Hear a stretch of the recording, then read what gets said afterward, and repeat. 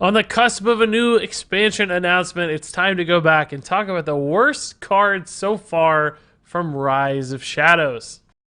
Hey, buddy, watch this. That's right, we're already talking about the best cards, and frankly, it's a lot harder to talk about the worst cards, and it annoys a lot of people too, because everybody says, oh, this card's got a lot of potential, Regis. Well, it might, and I'm not saying that the cards in this video are always going to be bad. Just based on the data so far from HS Replay, these have the lowest win rates and the lowest played rates of any card in Rise of Shadows so far. And I'm going to go ahead and warn you, Dr. Boom's scheme is not on this list. This is widely considered to be one of the worst cards ever printed by most of the community. And I agree with you, when you look at it at a fundamental level, a lot of things seem wrong about this card, just how slow it is, how weak the impact is. Comparing it to other things makes it look absolutely miserable. But believe it or not, this actually has a pretty decent deck inclusion rate, and its played win rate is higher than the other cards on this list. So the data doesn't really support the fact that Dr. Boom's scheme is one of the worst cards in the expansion. Now, I still think it's pretty bad, and subjectively speaking, I would put it below a lot of the cards on this list, but because I use data to guide this, and it's not totally just my opinion, for now, this is just kind of an honorable mention and not actually one of the worst 10 cards. That said, let's see what they really are. Up first at the number 10 spot here, I have Plot Twist, and I could have put this one farther down, frankly, based on the data, but I did rank these somewhat subjectively after determining the top 10 utilizing the data. But Plot Twist, 2-mana spell for Warlock, of course, and we've talked about this one a lot here on this channel and on my stream. I didn't really like Plot Twist much when I saw it. It just feels like you're sacrificing card advantage, trading, a pretty average hand into a pretty average hand. Only in scenarios where you're really looking for something super specific does Plot Twist make sense, or in the case where you have some on-draw synergy effects, those Aranasi Broodmother or Fellord Betrug style cards. That's when Plot Twist looks good, and right now Broodmother and Betrug just aren't good enough to support it. So outside of getting additional on-draw tools like those to prop a card like this up, just in a generalized sense, I don't think it makes as much impact as people expect, and often you're sacrificing and paying a pretty heavy tax to include a card like Plot Twist in your deck. Now that said, it has seen some play in wild format, so I don't totally give up on this one. I think it has a chance. Like I said, it's just not been good in standard format so far. Moving on here to our number 9 spot, you'll see that there are going to be a lot of Warlock cards on this set. Warlock got a pretty trash set of cards in Rise of Shadows. Like, they didn't get a lot of good stuff. So Jumbo Imp is here now. 10 mana 8/8. I thought this card would be decent and had that Corridor Creeper kind of thing going, but when you compare it to Corridor Creeper, you start to realize why it's not working right now. First off, it has a much bigger conditionality than Corridor Creeper. They have to be demons that die, and usually it's only you that's running demons, not your opponent, so there's not a symmetricality to the discount where there was with Corridor Creeper. Anything dying works, so trades work twice as fast. Beyond that, it starts at a higher cost than Corridor Creeper. So there's a couple challenges to something like this that's just limiting its scope. Now, there might be some Imp decks that eventually pop up, and there are going to be a handful of Imp support cards on this list. So again, I'm not saying this package is doomed forever. Jumbo Imp could certainly work if a Demon Imp package becomes a part of the meta, particularly if your opponents are running them too. But for now, Jumbo Imp just hasn't made the cut, and it's really, really bad. Moving on here, we have the Arcane Servant, the neutral elemental, and it's just a River Crocolisk, right? It's just an elemental instead of a beast. And right now, there are no real elemental synergy-style decks in Hearthstone. I'm glad that a card like this exists. It's just basic and could be fuel for that. We tried to make an elemental mage halfway decently, and it worked okay, but Arcane Servant wasn't the reason it succeeded at all. It's just as flat and basic, as simple as it gets. It's important to be in the game, but it's just not a good card. Moving on here to the Portal Overfiend, not a Warlock card, but sort of a Warlock card. Another of these on-draw synergy-style things for perhaps Plot Twist decks.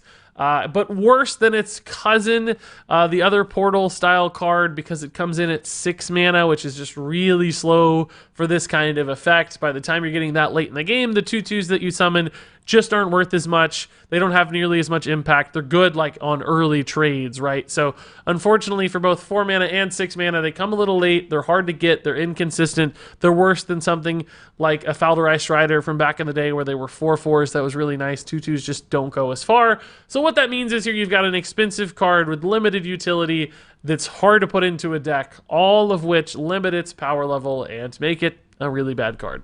Oh, look, guys, another Warlock card. Yay, it's Rasam Scheme. Summoning 1/1 imps, it turns out, isn't all that good in standard format. There are a couple problems with this card, right? Top decking it, it's really, really weak. It has a cap on its scalability, unlike some other schemes that make them way more interesting, say Hagatha scheme, for instance. So what you've got is a card that doesn't really swing the board. It just plays out some super weak stuff. It's hard to synergize with. Darkest Hour is not good in standard format, so it doesn't even empower that. Now, again, this is another card that in wild format has seen at least a little bit of relevance, so I'm not saying it's fundamentally bad, just currently has made virtually zero impact in standard format at all. So now let's take a look at Flightmaster, neutral, 3 mana, 3/4, Battlecry, summon a 2/2 Griffin for each player. Now this card has seen a little bit of play in wild format in Odd Rogue, because Odd Rogue has the 2 attack weapon, which means you get a pretty decent stat line on board. You get 5/6 total stats for 3 mana, and you're easily able to deal with your opponent's 2/2. But outside of that scenario where there's this really obvious, clean, easy, efficient way to deal with that 2/2, what's happening with a card like this is that you're giving your opponent stats and then you're giving them the initiative to utilize those stats before you can, because they get to attack with their 2/2 before you do. So you're kind of passing all the value to them, making this an actual negative impact on you most of the time. So a card that in standard format just doesn't make any sense at all right now. There is some potential for it as a, resurrect disruption effect where you put that 2/2 in your opponent's pool. Again, another reason it's good in wild for things like Big Priest. But in standard right now, that just isn't important or necessary, because Resurrect Priest, although existing in standard, isn't nearly as powerful and doesn't get disrupted nearly as easily either. So Flightmaster, left at the wayside, is a very weak card. So now we have Darkest Hour, and again, a card that has apparently seen a little bit of play in wild format, although I'll be honest, I played wild format from rank 15 to top 50 legend this month and never saw it, or maybe saw it like one time. So apparently a plague in wild format, but a rare one nonetheless. But again, in standard, still seeing zero play, terrible win rates across the board. There aren't enough rewarding minions to summon in standard, right? There's no like big Mal'Ganis style thing in standard format right now that rewards you. Also, just harder to pull it off consistently because of things like Blood Bloom not existing. In wild, you can use Blood Bloom to discount this, cheat it out really fast. That doesn't happen in standard format. So by the time you hit turn 6, you make a play like this, you're just not getting that much upside. It's hard to get the imp. So we tried really hard to make this card work, and it just didn't. It's far too expensive and far too awkward, and that's why it's so far down on this list.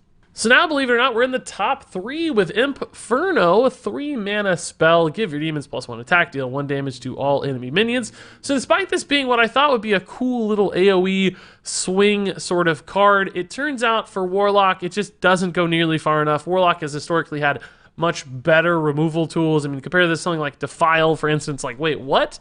So it ends up being a card that needs 2 things, right? It needs to be a defensive tool, but also an offensive tool. You have to have some demons on board for this one to really make sense from an efficiency standpoint, and that's just not something Warlock's doing right now. Also, those decks just kind of go at odds with each other. You want to play and spend all your mana on building your own board, and then you suddenly shift gears and try to like flip the board over your opponent, and +1 attack doesn't go far enough. You'd rather just Grim Rally in a deck that's using those kinds of things. So all in all, Inferno just falls short and kind of goes at odds with itself from a design standpoint. It's trying to be 2 things at once and instead ends up being neither of those things at all. At the number 2 spot here, we have Mad Summoner. And turns out giving your opponent a ton of imps is a pretty bad play. And, Mad Summoner theoretically could have combined with Inferno, our previous card, but of course that's a 9 mana combo that's like super weak. It's worse than Onyxia in a lot of ways. So not by any means a great play. And it turns out, 1/1s are easily dealt with in the meta. You're just playing into brawls, you're playing into warpaths, all kinds of removal deals with these very easily. So there's very little upside and a lot of downside and a ton of risk, and it's a pretty expensive play at that. So Mad Summoner, really hurts you more than it helps you. This is a very, very bad card at the moment, and I honestly don't see that one changing. And then finally here I have Hunting Party for Hunter. I just really, really hate this card.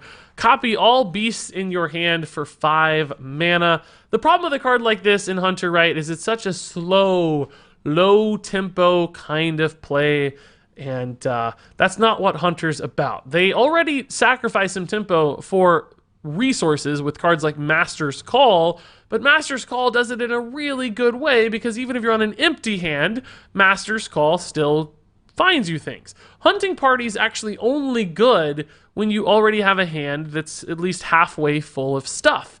And if you have a hand that's full of stuff, then you probably don't need to play Hunting Party. You want to play your stuff out. You're not really looking to get more stuff necessarily. But then when you have an empty hand that doesn't have any stuff and you draw Hunting Party, it's completely useless because you can't turn it into more stuff. So it kind of does the opposite of what a card generation or card draw tool is supposed to do. It makes you richer when you're already super rich, and when you're poor, it doesn't help you at all. It's just a complete waste of mana. And because it goes so counter to what Hunter is about, and playing out stuff and being more aggressive, and, you know, not being a greedy control deck, which, you know, this would support. Maybe a greedy control deck could use a card like this, but Hunter can't stay alive long enough to do that. It just doesn't work for them. It doesn't make sense. That right now, Hunting Party is just total garbage, and that's why, for me, it's the worst card in the expansion. I really, really don't like this card. Now, that said, if there is some kind of like combo deck that pops up where you create some, you know, like cheap 2-mana beast that's got all this hand-buffed combo stuff going on, and you can like copy it and make this crazy Stone Tusk board that kills your opponent, like, sure. I'm not saying there's no utility for a card like this at all. It can create some interesting opportunities and moments. You know, we tried to use it with like an Emrys deck, copying like giant beasts that we'd like doubled the attack of and stuff. I don't remember exactly how we did it, but you know, we tried to do that sort of thing. So is there a path towards the light for this card? Maybe, probably not. I think it still goes so just fundamentally opposite of what it's supposed to be that it will never get there, but you know, there is at least a little bit of a chance. And there you go. Those are the 10 worst cards in Rise of Shadows. I'm sure there'll be a lot of debate on this one. So people probably think other cards belong. You probably think Dr. Zaboom's Scheme is the worst. That's great. Let's hear it, man. Leave your thoughts in the comments below. I want to know what you think. I want to hear what you have to say. That makes all of us smarter. We get to hear some cool new opinions. So take your time to do that. But until then, thank you so very much for watching. And until next time, game on.